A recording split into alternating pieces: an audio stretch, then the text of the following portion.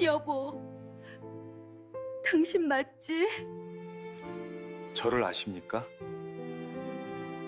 15년 전 사고로 죽은 줄로만 알았던 남편이 외동아들의 결혼식에 백만장자가 되어 나타났습니다. 윤희는 숨조차 삼키지 못한 채 얼어붙었어요. 눈앞의 남자는 틀림없이 죽은 남편이었지만 그는 윤희를 완전히 모르는 사람처럼 바라보고 있었죠. 그의 눈빛에는 아무런 기억도 감정도 남아있지 않았습니다. 왜 그녀를 기억하지 못하는 걸까요? 도대체 그의 지난 15년에는 어떤 비밀이 숨어 있는 걸까요? 사연 시작 전 구독과 좋아요를 눌러주시고 어디서 듣고 계신지 댓글 남겨주시면 그곳으로 행운이 가득 깃들기를 바라겠습니다. 여보, 보고 있어? 우리 아들 장가가는 날이야. 마음속으로 수없이 남편을 불렀지만 돌아오는 대답은 없었습니다. 아들의 결혼식이 시작되기 30분 전 윤희는 예식장 입구에서 하객들을 맞이하고 있었어요. 곱게 차려입은 한복의 옷고름이 바람에 살랑거렸죠.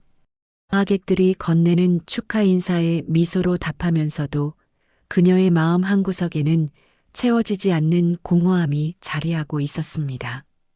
준영이가 정말 훌륭하게 컸네요. 혼자서 얼마나 고생이 많으셨어요. 친척 어르신의 위로 섞인 인사에 윤희는 목이 메었습니다. 그래도 평정심을 유지하려 애썼죠.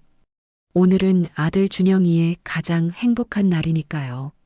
자신의 슬픔이 아들의 기쁨에 그림자를 드리우게 할 수는 없었습니다. 감사합니다. 와주셔서 정말 고맙습니다. 똑같은 인사말을 수십 번 반복하면서도 윤희는 문득문득 옆을 돌아보곤 했습니다. 혼자 서 있는 자신의 모습이 유독 외로워 보이는 건 아닐까 싶어서요. 신부 측 혼주는 부부가 나란히 서서 인사를 받는데 자신은 혼자였으니까요.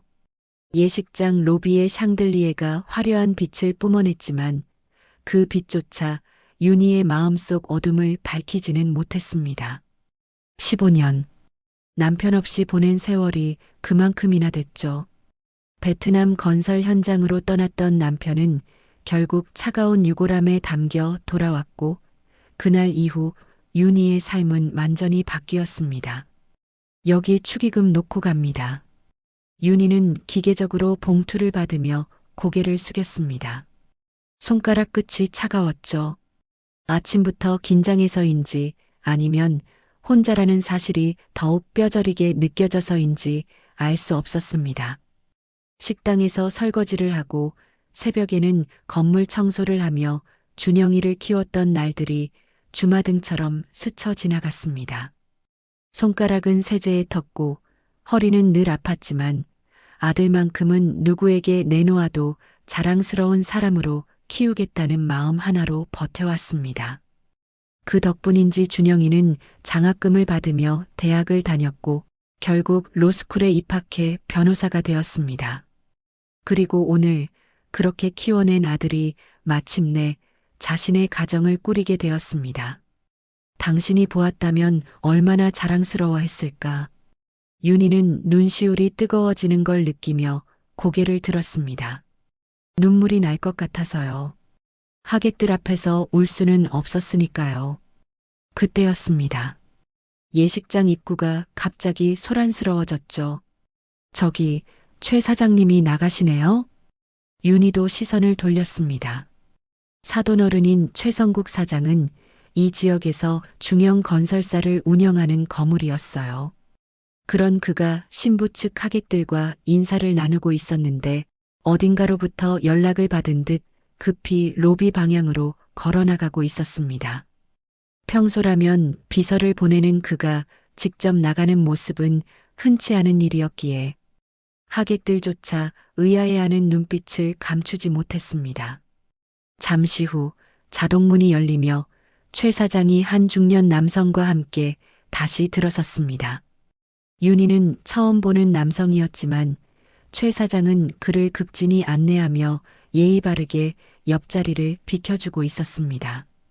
그 남성은 회색 정장을 말끔히 차려입고 있었고 걸음걸이에는 여유와 품위가 배어 있었습니다. 저분은 누구시지? 윤희는 고개를 갸웃거렸습니다. 최 사장 같은 거물이 저렇게 정중하게 대하는 사람이라면 보통 인물은 아닐 텐데요. 두 사람이 점점 가까이 다가왔습니다.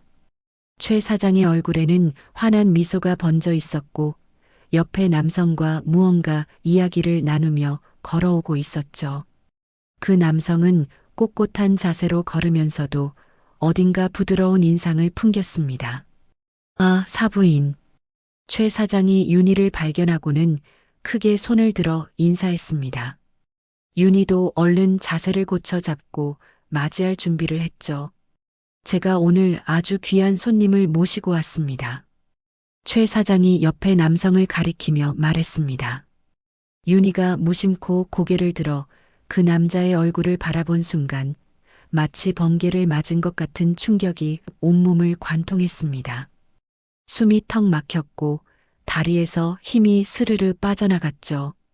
눈앞이 아득해지면서 현실 감각이 사라지는 듯 했습니다. 그 얼굴, 그 눈빛, 그 체격. 모든 게 너무나도 익숙했습니다. 광대뼈가 살짝 나온 것도, 눈꼬리가 처진 것도, 콧날이 오뚝한 것도, 모든 게 15년 전 자신을 떠났던 남편 박동훈과 똑같았거든요. 아니야. 이건 말도 안 돼. 윤희는 자신의 눈을 의심했습니다. 동훈은 분명 죽었습니다. 그런데 지금 눈앞에는 그 동훈이, 아니 동훈과 똑같이 생긴 남자가 멀쩡히 서 있었습니다. 사부인, 이쪽은 베트남에서 사업을 하시는 이상우 대표님이십니다. 제 생명의 은인이시자 최고의 사업 파트너죠. 최 사장의 소개가 귓가에 웅웅거렸지만 윤희는 그 남자의 얼굴에서 시선을 떼지 못했습니다. 꿈이 아닐까 싶어 눈을 몇 번이나 깜빡였지만 그는 여전히 그곳에 서 있었죠. 처음 뵙겠습니다, 사모님. 남자가 정중하게 허리를 숙이며 인사했습니다. 그 순간 윤희의 온몸에 소름이 돋았죠. 목소리까지 동훈과 똑같았거든요. 낮고 부드러운 음성, 정중하면서도 따뜻한 어조까지 완벽하게 일치했습니다. 윤희는 입을 열려 했지만 목구멍이 막힌 것처럼 아무 소리도 나오지 않았습니다. 가슴이 터질 것처럼 뛰었고 손끝은 미세하게 떨렸죠. 여보, 정말 당신이야? 마음속으로 외쳤지만 그 남자의 눈빛에는 아무런 알아봄도 없었습니다. 마치 처음 보는 사람을 대하듯 정중하고 낯선 눈빛이었죠. 아, 네, 반갑습니다. 윤희가 간신히 입을 열었을 때 목소리가 갈라지고 있었습니다. 최 사장은 윤희가 긴장한 줄로만 알고 호탕하게 웃었죠. 아, 사부인께서 많이 긴장하신 것 같네요. 아무래도 아드님 결혼식이니까요. 네, 그런 것 같습니다. 윤희는 억지로 미소를 지으려 했지만 얼굴 근육이 제대로 움직이지 않았습니다. 이상우라고 소개된 그 남자는 여전히 정중한 미소를 띤 채 서 있었죠. 그럼 먼저 들어가 계시죠. 곧 식이 시작될 테니까요.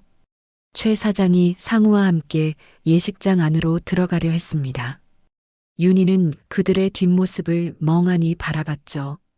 걸음걸이마저 동훈과 똑같았습니다. 오른쪽 어깨가 살짝 앞으로 나가는 것도 팔을 흔드는 각도도 모든 게 일치했거든요. 어떻게 이런 일이. 윤희는 현관 기둥을 잡고 간신히 몸을 지탱했습니다.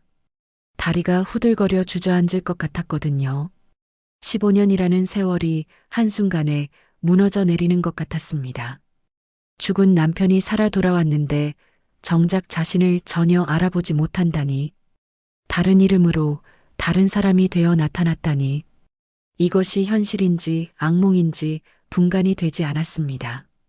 예식 시작을 알리는 웨딩 마치가 울려 퍼졌습니다. 윤희는 비틀거리는 걸음으로 예식장 안으로 들어갔죠. 혼주석에 홀로 앉아야 한다는 사실보다 지금 이 상황이 더 견디기 힘들었습니다. 내가 미쳐가는 걸까? 너무 그리워서 헛것을 보는 걸까? 윤희는 두 손으로 얼굴을 감쌌습니다. 꿈인지 현실인지 모를 결혼식이 시작되고 있었죠. 눈앞에서 주례사가 진행되고 있었지만 그녀의 머릿속은 온통 다른 생각으로 가득했죠. 정말 남편이 맞을까? 아니면 그저 닮은 사람일 뿐일까?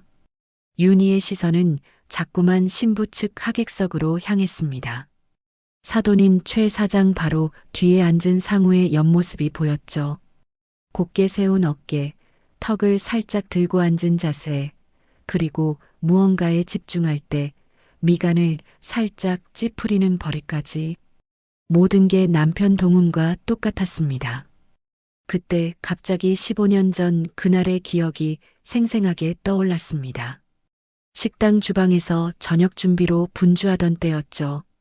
윤희는 감자를 깎다가 갑자기 울린 휴대폰 소리에 칼을 내려놓았습니다. 낯선 번호였지만 왠지 불길한 예감이 들었죠. 여보세요?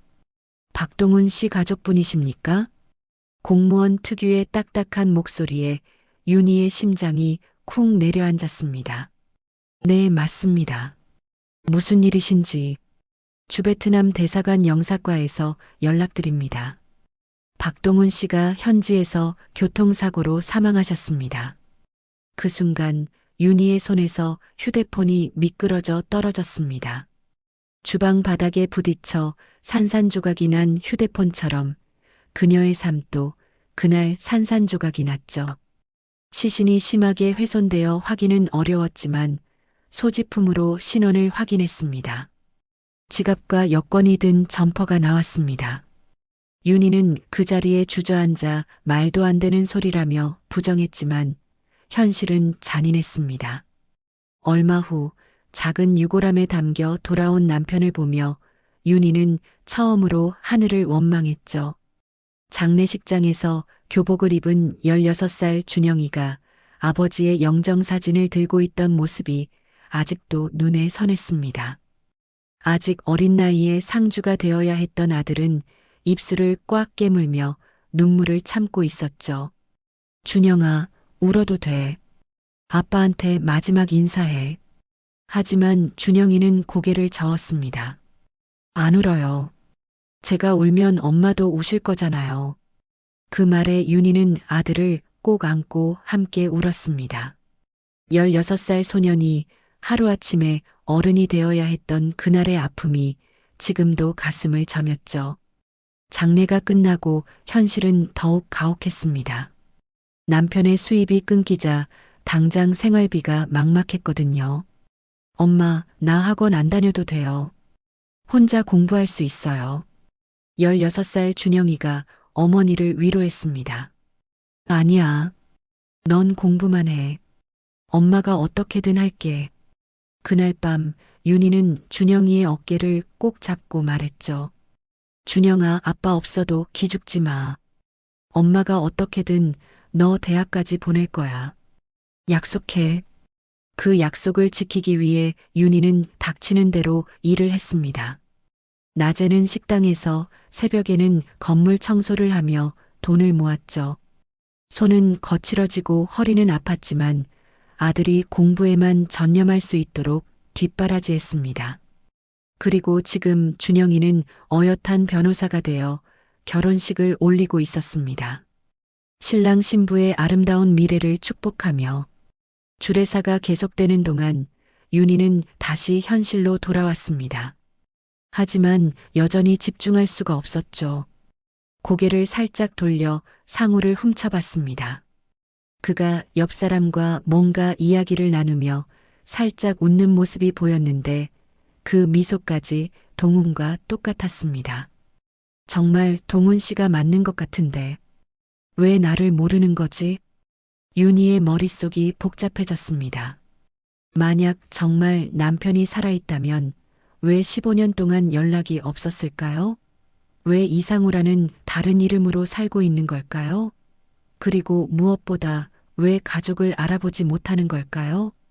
이제 양가 부모님께서 하객 여러분께 인사를 드리겠습니다. 사회자의 우렁찬 목소리가 울려 퍼졌지만 윤희는 여전히 멍하니 앉아 있었습니다. 상우를 보느라 정신이 없었거든요. 어머니, 인사하셔야죠. 준영이가 당황한 표정으로 어머니의 팔을 잡아 끌었습니다. 그제야 정신을 차린 윤희는 화들짝 놀라 자리에서 일어났죠. 어머나 미안해. 윤희는 허둥지둥 일어나 하객들에게 인사를 했습니다. 하지만 머릿속은 여전히 혼란스러웠죠. 신부 측 혼주 부부가 다정하게 인사하는 모습과 달리 윤희는 혼자서 어색하게 고개를 숙였습니다. 준영이가 걱정스러운 표정으로 물었습니다. 어머니, 정말 괜찮으세요? 아까부터 안색이 안 좋으신데. 괜찮아. 그냥 감격스러워서 그래. 윤희는 아들을 안심시키려 했지만 속으로는 계속 남편 박동훈과 똑같이 생긴 그 남자 이상우가 생각났습니다. 결혼식이 끝나고 사진 촬영 시간이 되었습니다. 양가 가족 사진, 친척 사진, 친구들과의 사진까지. 수십 장의 사진을 찍는 동안 윤희는 기계적으로 미소만 지었죠. 플래시가 터질 때마다 눈이 부셨지만 그녀의 시선은 계속 하객들 사이를 헤맸습니다. 상우를 찾고 있었거든요. 신랑 어머님, 카메라 보셔야죠. 카메라맨의 말에 준영이 살며시 윤희의 손을 잡았습니다. 아, 미안해. 정신이 없네. 촬영이 끝나자 하객들이 피로 연장으로 이동하기 시작했습니다. 윤희도 서둘러 자리에서 일어났죠. 상우를 놓치고 싶지 않았거든요. 사람들 사이를 비집고 나가는 윤희의 눈이 바쁘게 움직였습니다. 그러다 마침내 발견했죠. 최 사장과 함께 VIP룸 쪽으로 걸어가는 상우의 뒷모습을요. 확인해야 해. 놓치면 안 돼. 윤희는 한복 치맛자락을 살짝 들어 올리고 빠른 걸음으로 그들을 따라갔습니다. 하객들 사이를 헤치며 가는 그녀의 모습이 조금 이상해 보였는지 몇몇 사람들이 수군거렸죠. 신랑 어머니가 왜 저렇게 급하신가? 뭔가 급한 일이 있나 봐요. 하지만 윤희는 사람들의 시선 따위는 신경 쓰지 않았습니다. 오직 상우를 따라잡는 것만 생각했죠. 15년 만에 만난 남편일지도 모르는 사람을 그냥 보낼 수는 없었으니까요. 복도를 돌아 피로연장 입구에 도착했을 때 상우와 최 사장이 VIP룸으로 들어가는 모습이 보였습니다. 윤희는 잠시 망설였죠. 무작정 따라 들어갈 수도 없고 그렇다고 이대로 돌아설 수도 없었습니다. 어떻게 해야 하지? 정말 남편이 맞다면. 윤희는 복도 벽에 기대어 가쁜 숨을 고르며 생각에 잠겼습니다. 가슴은 터질 듯이 뛰고 있었고 손은 여전히 떨렸죠. 하지만 한 가지는 확실했습니다. 오늘 이 자리에서 반드시 진실을 확인하고 싶다는 것이요. 그때 누군가 윤희의 어깨를 톡톡 건드렸습니다. 어머님, 여기서 뭐 하세요? 피로연 시작했는데요. 돌아보니 준영이의 친구가 서 있었습니다. 아, 그래. 금방 들어갈게. 윤희는 마지막으로 VIP룸 문을 바라봤습니다. 저 문 너머에 있을 이상우, 아니, 어쩌면 박동훈일지도 모르는 그 사람을 생각하며 주먹을 꽉 쥐었죠. 피로 연장해서 꼭 확인할 거야. 정말 당신이 맞는지. 윤희는 VIP룸 문 앞에서 심호흡을 했습니다. 떨리는 손으로 문고리를 잡았다가 놓기를 반복하다가 마침내 용기를 내어 문을 열었죠. 넓은 룸 안에는 원형 테이블이 여러 개 놓여 있었고 가장 안쪽 테이블에 최 사장과 상우가 마주 앉아 대화를 나누고 있었습니다. 윤희가 가쁜 숨을 몰아쉬며 그들에게 다가가자 최 사장이 먼저 알아보고 반갑게 손짓했습니다. 아이고, 사부인. 여기 계셨군요. 이리 오세요. 최 사장은 자리에서 일어나 옆에 빈 의자를 빼내며 윤희에게 앉기를 권했습니다. 상우도 예의 바르게 일어나 가볍게 고개를 숙였죠. 앉으세요, 사모님. 혼자 계시기 심심하실 텐데 잘 오셨습니다. 그 정중한 말투와 부드러운 음성이 또다시 윤희의 가슴을 저미게 했습니다. 동훈도 늘 이렇게 예의 바르고 다정한 사람이었거든요. 감사합니다. 실례가 안 된다면. 윤희는 떨리는 마음을 애써 감추며 자리에 앉았습니다. 상우와의 거리가 불과 한 팔 정도밖에 되지 않았죠. 이 친구도 베트남에서 오느라 제대로 못 먹었을 텐데 같이 드시죠. 네, 그러죠. 윤희는 고개를 끄덕이면서도 시선은 계속 상우에게 머물렀습니다. 상우는 그런 윤희의 시선을 의식했는지 살짝 불편한 표정을 지었죠. 종업원이 물을 따라주자 상우가 감사합니다라고 말하며 컵을 받았습니다. 그런데 그 다음 순간 윤희는 숨이 멎는 듯한 충격을 받았죠. 상우가 물컵을 시계 방향으로 2번 돌려 잡은 뒤 마셨거든요. 그것은 동훈만의 독특한 버릇이었습니다. 긴장하거나 생각이 많을 때면 늘 그렇게 했죠. 처음엔 이상하다고 놀렸지만 나중엔 그것마저 사랑스러워 보였던 기억이 났습니다. 왜 그러세요, 사모님? 상우가 윤희의 뚫어지는 시선을 느끼고 물었습니다. 아, 아니에요. 그저. 윤희는 당황해서 말을 더듬었습니다. 상우는 어색하게 웃으며 말했죠. 물맛이 좋네요. 역시 한국 물이 최고입니다. 최 사장이 호탕하게 웃었습니다. 그럼 베트남 물하고는 다르지. 이제 한국 음식도 실컷 먹게나. 곧이어 갈비탕과 밥이 나왔습니다. 뜨거운 김이 모락모락 피어오르는 갈비탕을 보며 최 사장이 말했죠. 자, 한국 밥이 그리웠지? 많이 들게. 네, 감사합니다. 상우는 밥뚜껑을 열었습니다. 그런데 그 순간 미간을 살짝 찌푸리더니 젓가락을 들었죠. 그리고는 놀랍게도 밥 위에 올려진 검은 콩을 하나씩 골라내기 시작했습니다.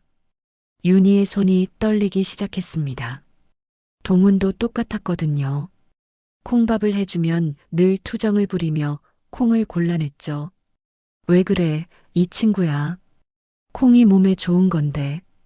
최 사장이 의아해하며 물었습니다. 상우는 민망한 듯 웃으며 대답했죠. 죄송합니다. 어릴 때 콩이 목에 걸린 뒤로는 먹질 못해요. 윤희의 가슴이 쿵 내려앉았습니다. 동훈이 했던 말과 한자도 다르지 않았거든요. 콩을 안 드시나요? 윤희가 떨리는 목소리로 물었습니다. 상우는 고개를 끄덕였죠. 네, 트라우마 같은 거예요. 이상하죠? 아니에요. 누구나 그런 게 하나씩은 있잖아요. 윤희는 간신히 대답하며 식탁 아래로 주먹을 꽉 쥐었습니다. 식사가 계속되는 동안 윤희는 상우의 모든 행동을 조심스럽게 관찰했습니다. 덥네요. 실례하겠습니다. 상우가 이마에 땀을 닦으며 양복 상의를 벗었습니다. 그리고는 와이셔츠 소매를 걷어 올리기 시작했죠. 팔꿈치까지 소매가 올라가자 윤희의 눈이 휘둥그레졌습니다. 왼쪽 손목 안쪽에 선명한 반달 모양의 화상 흉터가 보였거든요. 그것은 신혼 시절 윤희가 뜨거운 된장찌개 냄비를 엎을 뻔했을 때 동훈이 막아주다가 생긴 상처였습니다. 병원에서 치료받으며 동훈이 웃으며 했던 말이 생생히 기억났죠. 당신 다치는 것보다 100배 나아. 이 정도 상처는 아무것도 아니야. 그때 윤희는 미안함과 고마움에 눈물을 흘렸었습니다. 그리고 그 흉터를 평생 잊지 않겠다고 약속했죠. 사부인? 최 사장의 목소리에 윤희가 정신을 차렸습니다. 자신도 모르게 상우의 손목을 뚫어지게 쳐다보고 있었던 거죠. 아, 네. 괜찮으세요? 안색이 안 좋아 보이는데. 그때였습니다. 윤희가 들고 있던 숟가락이 손에서 미끄러져 떨어졌어요. 쨍그랑 요란한 소리에 주변 사람들이 모두 놀라 돌아봤습니다. 상우도 놀란 표정으로 윤희를 바라봤죠. 사부인, 괜찮으십니까? 상우가 걱정스러운 목소리로 물었습니다. 하지만 윤희는 대답할 수가 없었어요. 그의 손목에 난 흉터에서 눈을 뗄 수가 없었거든요. 잠깐 화장실에. 윤희는 황급히 자리에서 일어났습니다. 더 이상 그 자리에 있을 수가 없었어요. 확신은 들었지만 동시에 혼란스러웠거든요. 왜 동훈이 자신을 모르는 척하는지, 왜 다른 이름으로 살고 있는지 이해할 수가 없었습니다. 천천히 다녀오세요. 최 사장의 말에 윤희는 간신히 고개를 끄덕이고 VIP룸을 나왔습니다. 복도로 나온 윤희는 벽에 기대어 가쁜 숨을 몰아쉬었습니다. 다리가 후들거려 주저앉을 것 같았죠. 맞아. 내 남편이 맞아. 물 마시는 버릇도, 콩을 싫어하는 것도, 그리고 결정적으로 왼손목의 흉터까지 모든 증거가 그가 동훈임을 말해주고 있었습니다. 윤희는 화장실로 들어갔어요. 거울에 비친 자신의 모습이 초췌해 보였죠. 15년이라는 세월이 자신을 이렇게 변하게 했나 싶어 씁쓸했습니다. 남편이 날 못 알아볼 만큼 내가 변한 걸까? 하지만 그것만으로는 설명이 되지 않았습니다. 부부는 얼굴이 변해도 알아보는 법인데 동훈의 눈빛에는 정말 아무런 알아봄도 없었거든요. 윤희는 다시 VIP룸으로 돌아가야 할지 말아야 할지 고민했습니다. 가서 모든 걸 밝히고 싶은 마음도 있었지만 아들의 결혼식 날 소동을 일으킬 수는 없었죠. 일단 오늘은 참자. 나중에 기회를 만들어서. 윤희는 마음을 다잡고 다시 VIP룸으로 향했습니다. 문을 열고 들어가니 상우와 최 사장이 여전히 대화를 나누고 있었죠.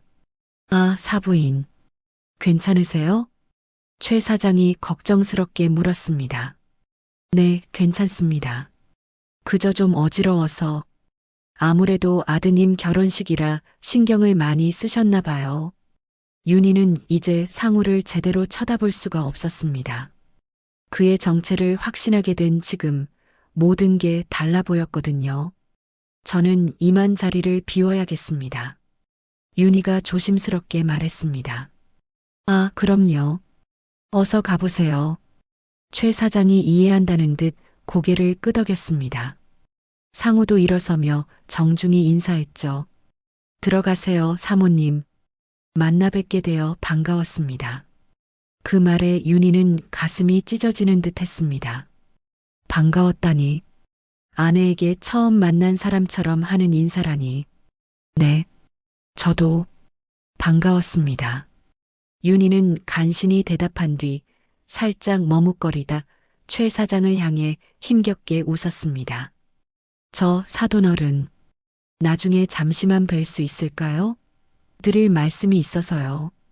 순간 최 사장의 표정에 잠깐 놀람이 스쳤지만 곧 부드럽게 미소를 지었습니다. 그럼요, 사부인. 말씀만 하세요. 언제든 제가 시간 내겠습니다. 감사합니다. 윤희는 고개를 숙이고 VIP룸을 나왔습니다. 복도를 걸으며 눈물이 흘러내렸지만 손등으로 재빨리 닦았죠. 가슴속에는 거대한 폭풍이 몰아치고 있었습니다. 어떻게 해야 하지? 정말 어떻게 해야? 결혼식이 끝나고 피로연까지 무사히 마친 뒤였습니다. 하객들이 하나둘씩 돌아가고 준영이와 지수도 신혼여행을 위해 공항으로 떠났죠. 예식장이 서서히 비어가는 가운데 윤희는 로비 한쪽에서 최 사장을 기다리고 있었습니다. 사부인, 기다리셨습니까? 최 사장이 다가오며 물었습니다. 윤희는 긴장된 표정으로 일어섰죠. 네, 사돈어른. 바쁘신데 시간 내주셔서 감사합니다. 아이고, 뭘 그러세요. 이제 사돈간인데 당연하죠. 무슨 말씀하실 게 있다고 하셨는데. 두 사람은 예식장 카페로 자리를 옮겼습니다. 조용한 구석 테이블에 마주 앉자 윤희는 떨리는 손으로 찻잔을 잡았죠. 사장님, 제가 여쭤볼 게 있어서요. 아까 그 이상우 대표님 말입니다. 아, 상우? 왜요? 무슨 문제라도 있습니까? 최 사장이 의아한 표정을 지었습니다. 윤희는 심호흡을 하고 조심스럽게 물었죠. 그분과는 어떤 관계이신지, 그리고 그분의 과거에 대해 좀 알 수 있을까요? 최 사장의 눈빛이 잠시 흔들렸습니다. 무언가 숨기는 듯한 표정이었죠. 왜 갑자기 상우 과거를 물으시죠? 그냥 사장님께서 생명의 은인이라고 하셔서요. 어떤 일이 있으셨는지 궁금해서. 윤희는 애써 평정심을 유지하려 했지만 목소리가 떨리고 있었습니다. 최 사장은 잠시 윤희를 바라보다가 천천히 입을 열었죠. 그래요. 사부인께서 물으시니 말씀드리죠. 상우는 정말 제 생명의 은인이 맞습니다. 그리고 지금은 제 최고의 사업 파트너이기도 하고요. 최 사장은 커피를 한 모금 마신 뒤 이야기를 시작했습니다. 13년 전이었어요. 제가 베트남 호치민에서 아파트 건설 현장을 운영하고 있을 때였죠. 어느 날 현장 인부들 사이에 낯선 사람이 하나 섞여 있더라고요. 윤희는 숨을 죽이고 최 사장의 말에 귀를 기울였습니다. 말도 제대로 못하고 행색도 남루하고 보기에도 뭔가 사연이 있어 보이는 사람이었어요. 현장 소장이 쫓아내려고 했는데 제가 그냥 두라고 했죠. 밥이라도 먹여보내자고요. 그 사람이 이상우 대표님이었나요? 네, 맞아요. 나중에 들어보니 2년째 이곳저곳을 떠돌며 막노동으로 연명하고 있었대요. 기억을 완전히 잃어서 자기가 누군지, 어디서 왔는지 전혀 모르는 상태였죠. 윤희의 가슴이 쿵쿵 뛰기 시작했습니다. 15년 전 남편이 사고를 당했고 그 후 2년간 행방불명이었다가 13년 전 최 사장을 만났다는 계산이 정확히 맞아떨어졌거든요. 기억을 완전히 잃었다고요? 네. 의사 말로는 심한 외상 후 스트레스로 인한 해리성 기억상실이라고 하더군요. 이름도 나이도 국적도 아무것도 모르는 상태였어요. 최 사장은 그때를 회상하며 계속 말했습니다. 그런데 신기한 게 몸은 건설 일을 기억하고 있더라고요. 도구 다루는 솜씨며 도면 보는 능력이며 분명 이쪽 일을 했던 사람이었어요. 그래서 우리 현장에서 일하게 했죠. 그런데 어떻게 생명의 은인이 되신 건가요? 윤희가 조심스럽게 물었습니다. 최 사장의 표정이 진지해졌죠. 현장에서 일한 지 한 달쯤 됐을 때였어요. 크레인 사고가 났죠. 철골이 떨어지는데 하필 제가 그 아래 있었어요. 순간 누군가 저를 확 밀쳐냈는데 그게 바로 상우였습니다. 최 사장은 잠시 말을 멈추고 그날을 떠올렸습니다. 자기 몸을 날려서 저를 구했어요. 대신 상우가 철골에 맞아 크게 다쳤죠. 병원에 실려가면서도 정신을 잃지 않고 제 손을 꼭 잡고 있더라고요. 그때 결심했습니다. 이 사람을 제가 책임지겠다고. 윤희의 눈에 눈물이 맺혔습니다. 기억을 잃었어도 남을 구하는 그 성품은 변하지 않았구나 싶어서요. 그 후로 어떻게 되셨나요? 제가 신분을 만들어줬어요. 이상우라는 이름도 제가 지어준 거고요. 그리고 제대로 일을 가르치기 시작했죠. 그런데 이 친구가 천재더라고요. 최 사장의 얼굴에 감탄이 어렸습니다. 건설 현장 관리부터 시작해서 경영, 회계, 심지어 베트남어까지 놀라운 속도로 익혔어요. 3년 만에 제 오른팔이 됐고 5년 뒤에는 회사가 위기에 빠졌을 때 획기적인 아이디어로 구해냈죠. 대단하네요. 그때 제가 말했어요. 이제 독립해서 자기 회사를 차리라고. 제가 초기 자금을 대줬고 상우는 그걸로 작은 건설회사를 시작했어요. 그리고 지금은 최 사장이 자랑스러운 표정으로 말을 이었습니다. 베트남에서 5손가락 안에 드는 건설회사 대표가 됐죠. 제 회사와도 파트너십을 맺고 있고요. 정말 대단한 사람입니다. 윤희는 복잡한 심정으로 최 사장의 이야기를 들었습니다.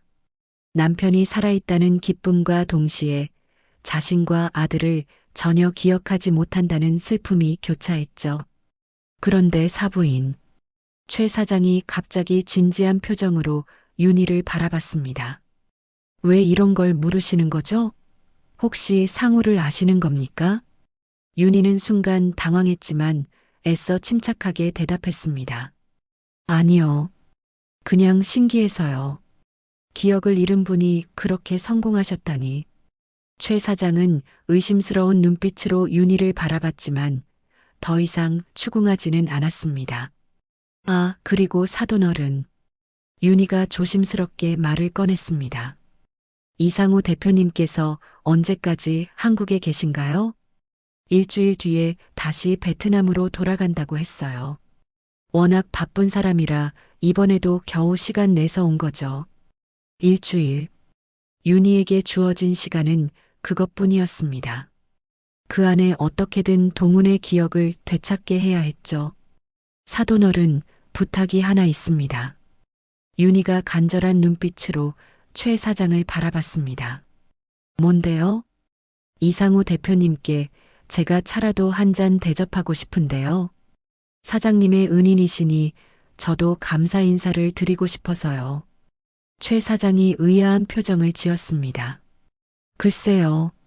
상우가 시간이 있을지 부탁드립니다. 사돈어른. 꼭 한 번만이라도 만나고 싶어요. 윤희의 간절한 목소리에 최 사장은 잠시 생각하다가 고개를 끄덕였습니다. 알겠습니다. 제가 한번 물어보죠. 최 사장은 뭔가 석연치 않은 표정이었지만 더 이상 묻지는 않았습니다. 상우가 시간이 되는 대로 자리를 마련해 보겠습니다. 정말 감사합니다, 사돈어른. 윤희는 일어서며 깊이 인사했습니다. 최 사장이 떠난 뒤 윤희는 다시 자리에 주저앉았죠. 여보, 정말 나를 기억 못하는 거니? 함께한 우리의 시간이 정말 다 사라진 거야? 눈물이 주르륵 흘러내렸습니다. 기쁨과 슬픔, 희망과 절망이 뒤섞인 복잡한 감정이었죠. 하지만 포기할 수는 없었습니다. 일주일이라는 시간 안에 어떻게든 동훈의 기억을 되찾아야 했으니까요. 그를 다시 만날 수 있는 기회를 놓칠 수는 없었습니다. 윤희는 주먹을 꽉 쥐며 다짐했습니다. 기다려, 여보. 내가 꼭 당신의 기억을 되찾아 줄게. 우리의 사랑을, 우리의 추억을 다시 찾아줄게. 결혼식이 끝나고 며칠이 지난 아침이었습니다. 윤희는 새벽부터 일어나 율무를 볶고 끓이며 정성스럽게 율무차를 준비했죠. 동훈이 가장 좋아했던 그 맛을 똑같이 재현하기 위해 몇 번이나 맛을 봤습니다. 오늘이야. 오늘 만나는 거야. 윤희는 거울 앞에서 몇 번이나 옷을 갈아입었습니다. 너무 화려해 보이지도 너무 초라해 보이지도 않는 단정한 차림을 고르느라 한참이 걸렸죠. 화장도 평소보다 신경 써서 했지만 떨리는 손 때문에 아이라인을 몇 번이나 다시 그어야 했습니다. 호텔 카페에 약속 시간보다 30분이나 일찍 도착한 윤희는 가장 조용한 구석 자리를 골랐습니다. 보온병에 담아온 율무차가 식을까봐 계속 만져보며 온도를 확인했죠. 어떻게 시작해야 하지? 대뜸 당신이 내 남편이라고 하면 미친 사람 취급받겠지? 윤희는 머릿속으로 수십 번 시뮬레이션을 했지만 막상 시간이 다가오니 아무것도 생각이 나지 않았습니다. 그저 가슴만 미친 듯이 뛰었죠. 그때 휴대폰이 진동했고 화면에는 준영이라는 이름이 떴죠. 준영아, 신혼여행 잘 보내고 있지? 휴대폰 너머로 밝은 목소리가 들려왔습니다. 어머니, 우리 잘 지내고 있어요. 날씨도 좋고요. 어머니는 잘 계시죠? 윤희는 순간 울컥했지만 최대한 평온한 목소리로 대답했습니다. 그럼 엄마 잘 지내지. 너희는 밥 잘 챙겨 먹고 너무 무리하지 말고. 네. 어머니도 밥 거르지 말고요. 집에 가면 전화 드릴게요. 그래, 그래. 즐겁게 지내. 알겠지? 전화를 끊고 난 뒤 윤희는 휴대폰을 꼭 쥐었습니다. 아들에게는 아무것도 티내지 말아야 한다는 듯 떨리는 숨을 깊게 고르며 다시 보온병을 만지작거렸죠. 사모님?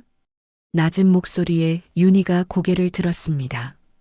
상우가 정장 차림으로 서 있었죠.